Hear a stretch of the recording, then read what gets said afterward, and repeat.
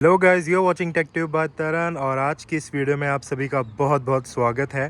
Guys, हमने 8 मार्च 2023 को अपनी थर्ड कार फॉक्सवैगन वर्टिस को बाई किया था, जिसका आपने ऑलरेडी व्लॉग यूट्यूब पे देख रखा है।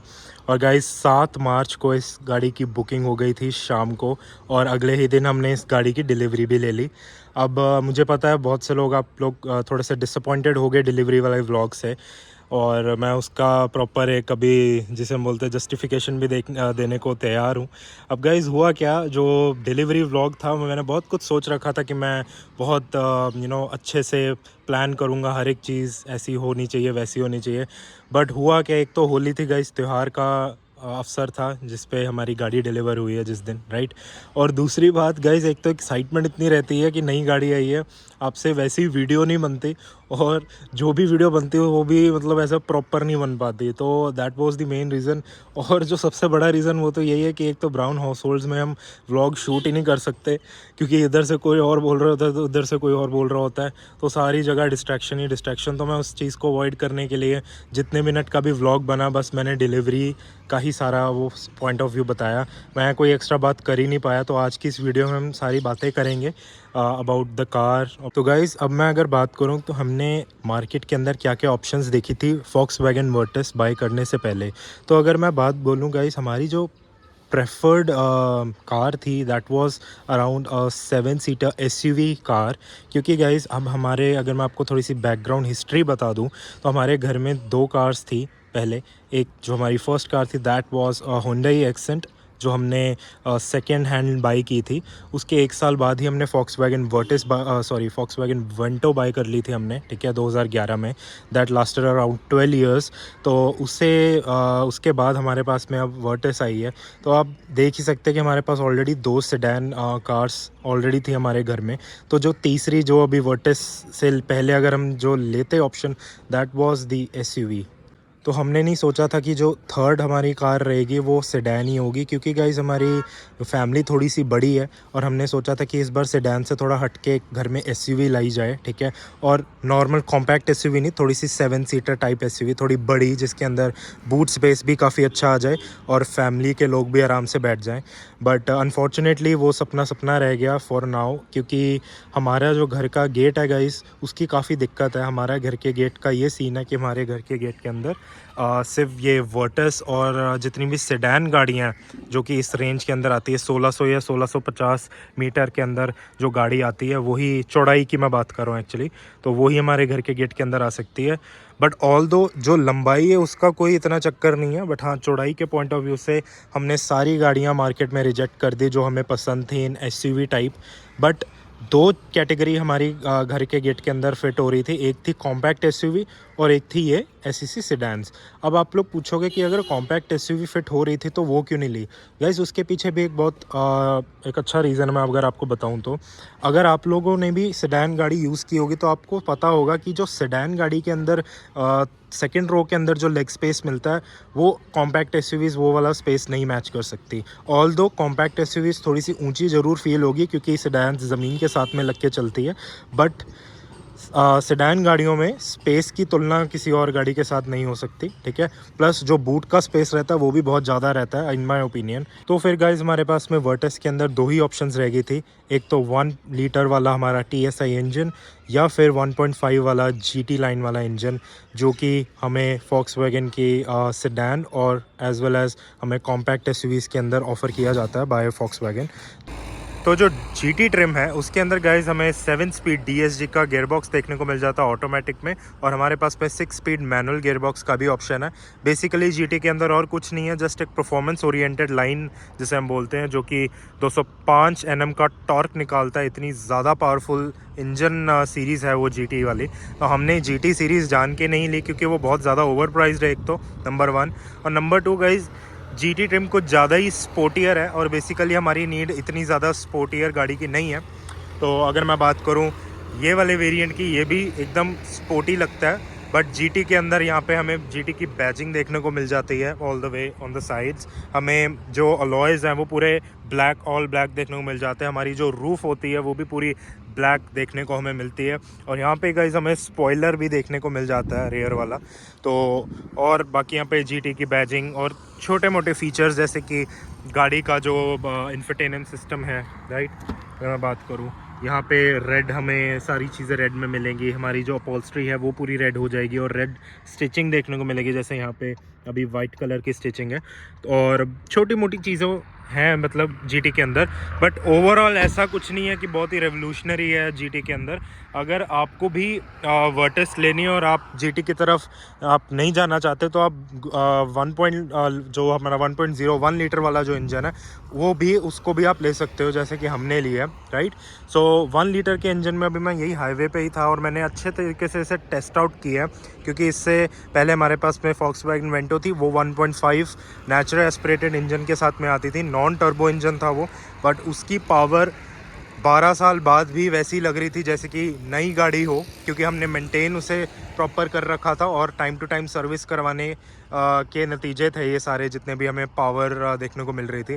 तो आई वाज रियली क्यूरियस कि 1 लीटर लेके कहीं हमने गलती तो नहीं कर दी, क्योंकि 1.5 लीटर जो लाइन थी वही परफॉर्मेंस ओरिएंटेड लाइन थी, बट ऐसा कुछ नहीं हुआ गाइस, क्योंकि इसकी जो पावर है वो वेंटो से भी बहुत ज़्यादा है। वेंटो के 1.5 लीटर के सामने भी इसका जो 1 लीटर वाला इंजन है वो बहुत ज़्यादा पावर प्रोड्यूस कर रहा है। और ये ऑटोमेटिक है, इसके अंदर हमें मैनुअल मोड्स भी मिल जाते हैं बाय पेडल शिफ्टर, तो वो भी बहुत मज़ा आता है जब हम ड्राइव करते हैं हाईवे के अंदर, अगर हमने क्विक ओवरटेक वगैरह लेना है। ये सारी चीज़ें हैं, चलो उस चीज़ों के बारे में बाद में भी बात करेंगे। तो इस गाड़ी के अंदर बेसिकली मैंने गाइस एक वीडियो बना रखी है इसी सेम वेरिएंट के ऊपर, जो कि मेरे यूट्यूब चैनल पर अगर आप स्क्रॉल करोगे आपको मिल जाएगी।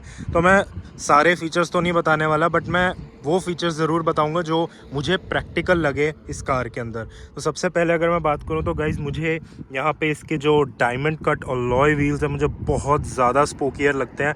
And I don't think so कि जो GT वाला ट्रिम था वो इसके सामने कुछ कॉम्पीट कर पाएगा, क्योंकि GT ट्रिम में मिल जाते हैं हमें ऑल ब्लैक, बट ये वाला जो है टायर का जो डायमंड कट हमें देखने को मिलता है ये एक्चुअली इसके क्रोम के साथ में काफ़ी मैच होता है। तो ये चीज़ देख के बड़ा मज़ा आता है गाइज़। और प्लस मुझे इसके ये ORVMs भी काफ़ी अच्छे लगे, काफ़ी बल्कियर हैं थोड़े पिछली जनरेशन से अगर मैं कंपेयर करूं। और गाइस सबसे बढ़िया चीज़ तो मुझे इस गाड़ी का बैक लगता है, क्योंकि इसके बैक का मुझे याद दिलाता है जो हमारी Volkswagen Jetta और Passat का ही कॉम्बिनेशन बना के इन्होंने वर्टिस निकाल दिया। और सबसे प्यारा रिस्पॉन्स आता है इसका बैक का, ये देखिए।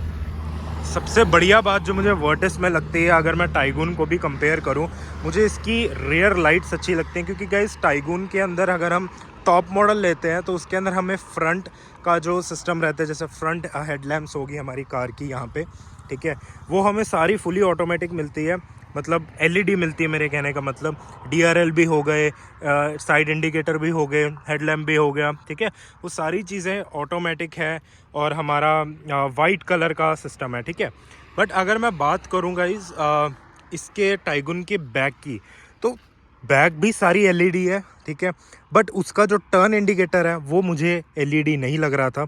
मैंने बहुत क्लोजली रिसर्च किया और मैंने देखा भी, that was a halogen bulb.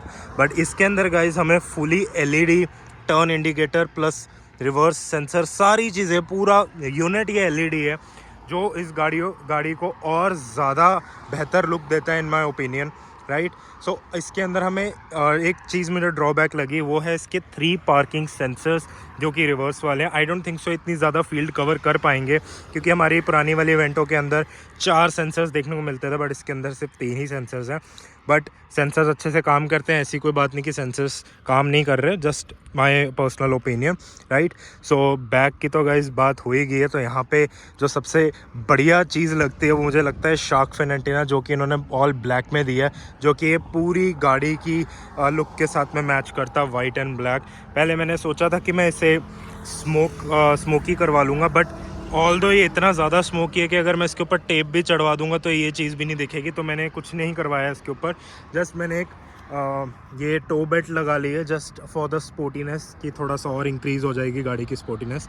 तो बातें तो गाइस बहुत ज़्यादा हो गई हैं, अभी मैं आप लोगों को एक बार इसका इंटीरियर भी दिखाना चाहता हूँ। चलिए बैठते हैं। अब मेरे को सबसे बढ़िया बात जो Volkswagen वेंटो में नहीं थी और मैं बहुत ज़्यादा क्रेव कर रहा था, दैट इज़ दिस पैसिव की एंट्री फीचर। ये बहुत ज़्यादा कन्वीनियंट है। लिटरली कार की जो चाबी है वो मेरे जेब में है। अगर मैं बात करूँ तो ये कार की चाबी है, इसके ऊपर मैंने प्रोटेक्टर भी चढ़ा रखा हुआ है just for the safety purpose. तो इसे मैं अपने जेब में रख के कार को अनलॉक कर सकता हूँ और मैं बैठ सकता हूँ। तो ये चीज़ मुझे बहुत बढ़िया लगी। तो मैं बहुत ही कन्वीनियंटली कार के अंदर बैठ चुका हूँ। ये देखो मुझे कुछ करने की ज़रूरत नहीं है। Left foot on the dead pedal, right foot on gas and brake, that's it. ये गाड़ी का यही सुख है। और बस दबाओ ब्रेक, दबा दो इंजन का बटन, मस्त गाड़ी होगी अपनी स्टार्ट। ये पुश स्टार्ट इग्निशन बटन से ये कन्वीनियंट बन जाती है बहुत ज़्यादा गाड़ी। अदर देन मुझे पहले चाबी लगानी पड़ती थी और ऑन करना पड़ता था सब कुछ। ये टिक टिक बंद कर देते हैं 1 मिनट के लिए। तो और गाइस जो मेरा फेवरेट सारा सिस्टम है जो कि मैं इतने सालों से क्रेव कर रहा था, अगर मैं बात करूं जो मेन चीज़ है, जो मेन हाईलाइट है एक नई कार लेने का, वो गाइस है इसकी ये 10 इंच की बड़ी डिस्प्ले। गाइस ये जो चीज़ है ना, मैं कह नहीं सकता मैं कितना वेट कर रहा था ये अपनी न्यू कार के अंदर। और वो चीज़ है ये डिस्प्ले नहीं, इसके अंदर आने वाली वायरलेस एप्पल कारप्ले और एंड्रॉयड ऑटो। गाइस आजकल की टाइम में ये वायरलेस एंड्रॉयड ऑटो और एप्पल कारप्ले की इतनी ज़्यादा ज़रूरत बन गई है कि आप लिटरली उस कंफर्ट से बाहर नहीं आ सकते। बट मैंने ये चीज़ कभी एक्सपीरियंस नहीं की अपनी लाइफ के अंदर।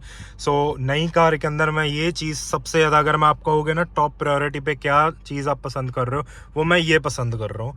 क्योंकि मस्त सारी चीज़ें इसके अंदर आ जाती है, मुझे फ़ोन को हाथ लगाने की ज़रूरत नहीं। प्लस ये जॉयस्टिक कंट्रोल सारे यहाँ पे आ गए जो कि इस चीज़ को और कन्वीनियंट और कंफर्टेबल बना देता है मेरे लिए, राइट। सो ये सारी चीज़ें मैं बहुत ज़्यादा पसंद कर रहा हूँ। प्लस गाइज इसके अंदर ये आने वाला डिजिटल इंस्ट्रूमेंट क्लस्टर, जिसके अंदर हमें मल्टीपल चीज़ें देखने को मिल जाती हैं। और इसके अंदर 3 बेसिकली मोड्स है। एक तो ये आपको स्पीड बताएगा, दूसरा ये आपको आरपीएम बताएगा, और तीसरे पे आपको ऐसे एवरेज बताएगा और ये बताएगा कि गाड़ी कितने टाइम से ऑन है, या अभी मैंने घर से निकाली है तो मुझे 31 मिनट हो गए हैं यहाँ पे घर से निकाली को गाड़ी को। तो ये सब चीज़ें भी बताएगा कि 22 किलोमीटर सिंस स्टार्ट में गाड़ी को चला चुका हूँ, ठीक है। तो यहाँ पे हमारा स्पीडोमीटर है बेसिकली यहाँ पे बताएगा। और यहाँ पे जो सारी चीज़ें वो पार्क ब्रेक हो गई, ये अब मैंने कुछ दबाया नहीं, अगर मैं दबाऊंगा तो ये भी हट जाएगा, ठीक है। और ये हमारी सीट बेल्ट का रिमाइंडर हो गया। और भी बहुत सारी चीज़ें हैं यहाँ पे। ये वाली जो गाइस यूनिट है ये, और ये डिस्प्ले में नहीं आती। बेसिकली डिस्प्ले इसकी सिर्फ ये 5 to 6 इंचज़ की ये फुल एलईडी डिस्प्ले है इसके अंदर, जो भी हम एलसीडी डिस्प्ले जैसे हम बोलते हैं, राइट। ये 2 चीज़ें डेड हैं बस। इसके अंदर हमें पेट्रोल देखने को मिलता है और इसके अंदर हमें इंजन कितना गर्म है वो हमें देखने को मिलता है। So that's it. एंड यहाँ पे गाइज हमें सबसे जो मोस्ट वांटेड फीचर है इंडियन मार्केट के अंदर, वो सनरूफ भी हमें देखने को मिल जाती है। बेसिकली मुझे लगा मैं सनरूफ को बहुत एंजॉय करूँगा, बट भाई साहब इतनी ज़्यादा गर्मी है मेरा लिटरली हाथ, मेरी ना ये क्या बोलते हैं, मेरे पूरे ये बाल जल गए यहाँ के। भाई बहुत ज़्यादा गर्मी लगती है जब ये डायरेक्ट ऐसे धूप फेंकता है, तो मैं इसको बंद ही कर देता हूँ, ठीक है, मून रूफ को। बट अगर मैं बात करूँ कि हाँ ऐसे बढ़िया है, देखने दुखने को बढ़िया, ऊपर से बढ़िया लगती है गाड़ी, और मैं लिटरली ऐसे हाथ भी निकाल सकता हूँ, कुछ भी कर सकता हूँ, बढ़िया लगती है। It's a really nice feature. But हाँ ऐसे एनवायरनमेंट में तो मैं बिल्कुल भी नहीं खोलूँगा भाई सनरूफ, कोई फ़ायदा नहीं है। और इसके अंदर ऐसे सनरूफ ऊपर को भी हो जाती है ऐसे, बट इसका भी कोई फ़ायदा नहीं है क्योंकि डायरेक्ट सारी मिट्टी आपके यहाँ पे पूरे डैशबोर्ड पे लग रही है। ये भी चीज़ मैंने एक्सपीरियंस कर ली, तो मैं भाई इसे बंद ही रखता हूँ। तो और यहाँ पे मैंने डैश कैम वगैरह भी सारा इंस्टॉल करवा लिया था, ठीक है। यहाँ पे बेसिक सी चीज़ें हैं। यहाँ पे एक लाइट दे देनी चाहिए थी इन माई ओपिनियन, ठीक है, बट इन्होंने नहीं दी एनीवेज। और यहाँ पे सारा टिकट होल्डर वगैरह है हमारा, ठीक है। बाकी ग्लव बॉक्स की अगर मैं बात करूँ, स्टोरेज पॉइंट ऑफ व्यू की अगर मैं बात करूँ कि मुझे स्टोरेज में दिक्कत आ रही कि नहीं आ रही, मेरे को थोड़ी सी दिक्कत आ रही है क्योंकि जो वेंटो का ग्लव बॉक्स था वो काफ़ी ज़्यादा यहाँ पे लंबा था। इसके अंदर भी काफ़ी चीज़ें आगे हमने स्टोर कर ली हैं, बट स्टिल थोड़ी सी अगर और स्टोरेज होती तो बढ़िया हो जाना था। यहाँ पे हमने जो भी ये चीज़ें, यहाँ पे कप होल्डर वगैरह, और ये भी चीज़ अच्छी लगी मुझे, ये आर्म रेस्ट इसकी स्लाइडेबल है, तो मुझे कोई कष्ट लेने का ज़्यादा ज़रूरत नहीं। नहीं पड़ती इसके अंदर, राइट। सो ये हमारी जो भी हमने चीज़ें वगैरह इसके अंदर रखी हुई है। और मुझे ये हैंड ब्रेक भी बहुत सही लगी, क्योंकि वेंटो के अंदर आर्म रेस्ट के नीचे हैंड ब्रेक लगी हुई थी, तो लिटिल जब मैं हैंड ब्रेक खींचता था आर्म रेस्ट ऊपर को ही ऐसे उठ जाता था, तो वो दिक्कत नहीं लग रही मुझे, जो कि बहुत अच्छी बात है। और गाइस जो अब मैं मेन चीज़ बताने जा रहा हूँ, जो कि है ये ऑटोमेटिक गियर बॉक्स, जो कि 6 स्पीड टॉर्क कन्वर्टर हमें इस गाड़ी के अंदर देखने को मिलता है। इसके अंदर गाइस चलाने में कोई दिक्कत नहीं है, एकदम स्मूथ चलती है। मैं अपने आप पॉइंट ऑफ व्यू बता रहा हूँ, क्योंकि मैं जैसे डेली ड्राइव मेरी पहले मैनुअल थी, अब मैं ऑटोमेटिक पे शिफ्ट कर गया हूँ, तो थोड़ी बहुत ही गलतियाँ मेरे से हो जाती हैं। आई मेक श्योर आप लोगों से वो गलतियाँ ना हो। पहली बात तो मैं जब जैसे ड्राइव पे मैंने डाला हुआ है, मैंने अभी गाड़ी एकदम से रोकी और मैंने ये बंद कर दिया, तो ये चीज़ें नहीं करनी है, क्योंकि मैं मैनुअल में करता था, किसी भी गियर में बंद करके चाबी खींच के हैंड ब्रेक लगा के चलो जी अपना बाहर, नहीं। और न्यूट्रल पे भी आप नहीं छोड़ सकते गाड़ी को, क्योंकि अगर मैंने कर दिया बंद और मैं निकलूँगा ऐसे बाहर डोर से, तो ये मुझे बताएगा ये कि move the selector in the P position, तो हमें पार्किंग के अंदर इसे डालना ही पड़ेगा ऐसे, और ये लॉक हो जाएगा। ये देखो, फिर चाहे मैं जितना मर्जी पीछे खींचूँ ये नहीं डिसंगेज होगा। To disengage that I have to start my engine start होने के बाद ही ये डिसंगेज होगा, और ये जो भी अपना ड्राइव और न्यूट्रल रिवर्स पे जाएगा। तो ये कुछ सेफ्टी फीचर्स हैं जो मुझे थोड़ा बहुत समझने में टाइम लग गए, और बाकी आई होप आप लोगों को ये सारा व्यू पसंद आ रहा होगा। बाकी अगर मैं पीछे की सेटिंग की बात करूं, तो मैं एक बार गाड़ी को बंद कर लेता हूं। तो गाइस पीछे का व्यू मुझे बहुत बढ़िया लगता है गाड़ी का, क्योंकि पीछे इस सेडान लेने का जो पॉइंट ऑफ व्यू है वो यही है कि भाई पीछे पूरा रहता कंफर्ट। ये देखो, ये मैंने लिटरली अभी मैं ये ड्राइवर सीट पे मैं खुद गाड़ी चला के आया हूँ, तो मैंने मस्त अपने आप से ये सारी एडजस्ट की हुई है, ठीक है। ये मैंने डोर बंद कर दिया, ये देखो मैं कितनी कंफर्टेबली बैठा हूँ। थोड़े से मेरे को यहाँ पे कष्ट देना पड़ेगा लेग्स को, बट उतना कष्ट नहीं मिल रहा है, टू बी ऑनेस्ट। मैं बहुत पॉइंट मुंह पे बात करता हूँ, ठीक है। अगर मेरे को डिस्कम्फर्ट लग रहा होता तो मैंने कह देना था। थोड़ा सा मैं एडजस्ट होके ऐसे बैठ सकता हूँ, बट ऐसा नहीं है कि 2-4 बंदे इस गाड़ी लंबे वाले इस गाड़ी में ट्रैवल नहीं कर सकते। बिल्कुल कर सकते हैं इन माय ओपिनियन। और यहाँ पे हमें आर्मरेस्ट भी देखने को मिल जाती है विद ट्विन कप होल्डर्स। ये मैंने सारी लेमिनेशन अभी उतारनी है इसी वीडियो में। ट्विन कप होल्डर्स हमें देखने को मिल जाते हैं, और आर्मरेस्ट भी काफ़ी अच्छी खासी लंबी चौड़ी हमें देखने को मिल जाती है, राइट। और यहाँ पे हमें ड्यूल एसी वेंट्स देखने को मिल जाते हैं, और हमारे पास में ऑब्वियसली यहाँ पे सी टाइप चार्जिंग पोर्ट भी है। एंड ये गाइस पूरी गाड़ी के अंदर जो मुझे और अच्छी चीज़ लगती है वो है ये एलईडी फोकस लैंप्स देखने को मिल जाती है, पीछे भी और आगे भी। ये बहुत ही एक प्रीमियमनेस ऐड कर देती है गाड़ी के अंदर, इन माय ओपिनियन, राइट। सो अब मैं फटाफट से आपको सबसे मस्त चीज़ दिखाता हूँ जो मुझे बहुत बढ़िया लगता है, और मैं इन फ्यूचर इस चीज़ का फ्लेक्स भी मारने वाला हूँ, क्योंकि ये चीज़ है बहुत कूल। तो वो है ये लिटरली। अब मैं जैसे गाड़ी के पीछे जा रहा हूँ थोड़ा, और मुझे ऐसे डिक्की खोलनी है, तो मैं ऐसे करूँगा। सही, कितना कूल फीचर है ये। बेसिकली कुछ नहीं है, इतना ज़्यादा कूल नहीं है, मैं इसका रीज़न बताता हूँ। इसके गाइस जो यहाँ पे स्प्रिंग्स है ना, ये दोनों टाइट हैं, इसकी वजह से डिक्की एकदम से ऊपर को जाती है। बट बाय द टाइम ये थोड़ी सी मुश्किल भी है बंद करने को, क्योंकि हमें आदत थी, हम डिक्की वेंटो की बहुत प्यार से बंद करते थे, बट इसकी थोड़ी सी ज़ोर से बंद करनी पड़ती है। भाई देखो, ये बहुत ज़्यादा कूल है। हम लिटरली रिमोट से भी खोल सकते हैं कूल बनने के लिए, बट अगर कूल नहीं बनना तो यहाँ भी हमें बटन देखने को मिल जाता है।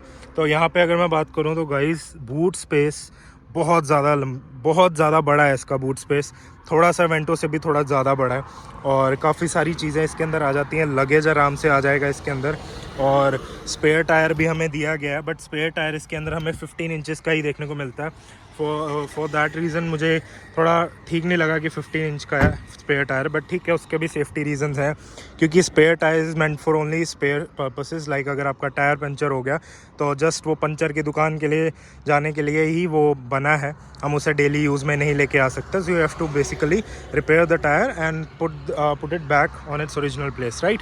सो यहाँ पे ये 16 इंचेस के टायर देखने को मिलते हैं वैसे चारों, बट उसके अंदर हमें 15 इंचेस के ही देखने को मिलते हैं।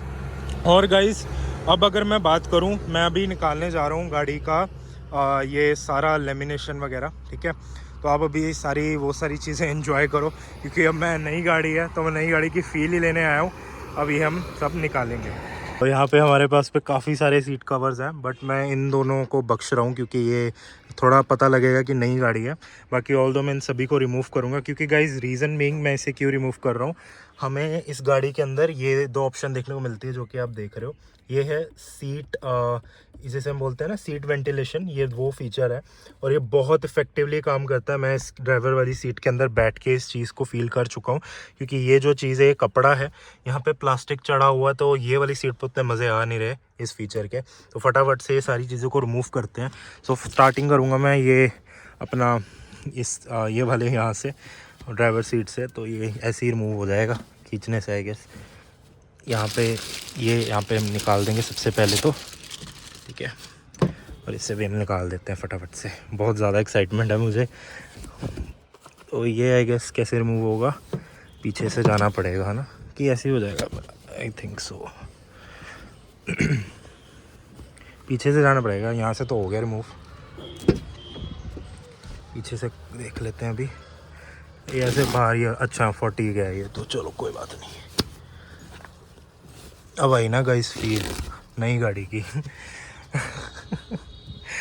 वाओ, ये देखो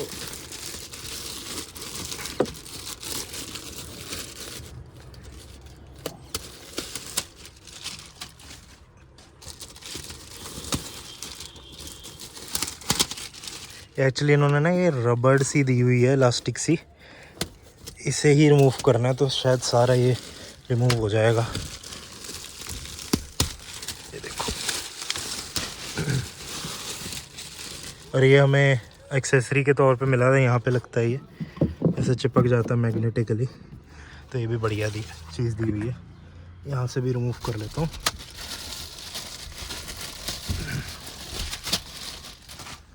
और वो वाला भी हम रिमूव कर लेते हैं यहाँ से।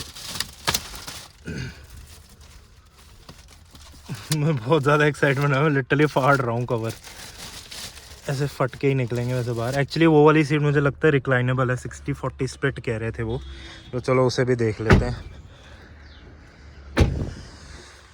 हम भी देखें थोड़ी रिक्लाइन हो रही है कि नहीं हो रही। तो यहाँ से डोर खोलते हैं, थोड़ी सी रिक्लाइन कर लेते हैं सीट को। ये यहाँ पे हमें ना गाइस यहाँ पे एक बटन देखने को मिल जाता है, इसको हम खींचेंगे ना तो ये देखो ये सीट ऐसी नीचे को आ जाती है।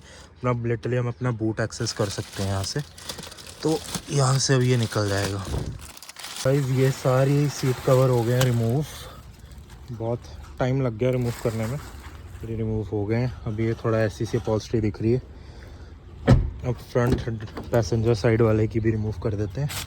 मैंने पानी पी रहा था, मैं यहाँ पे रख देता हूँ।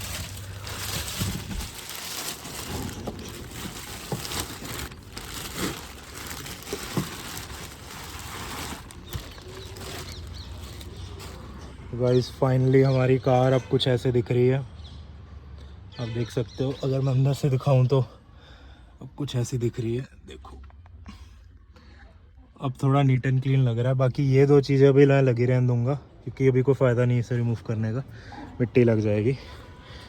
So this is the final look. अब गाइस हम इसी के साथ अपनी वीडियो को एंड करते हैं। आई होप आप लोगों ने ये वीडियो एंजॉय की होगी। अब मैं और भी इस कार के ऊपर वीडियोस डालता रहूँगा, जो भी इसका काम होगा या फर्स्ट सर्विसिंग वगैरह होगी, फिर उस चीज़ का भी मैं आपको रिव्यू देता रहूँगा। So that's it guys, video देखने के लिए धन्यवाद, थैंक यू सो मच।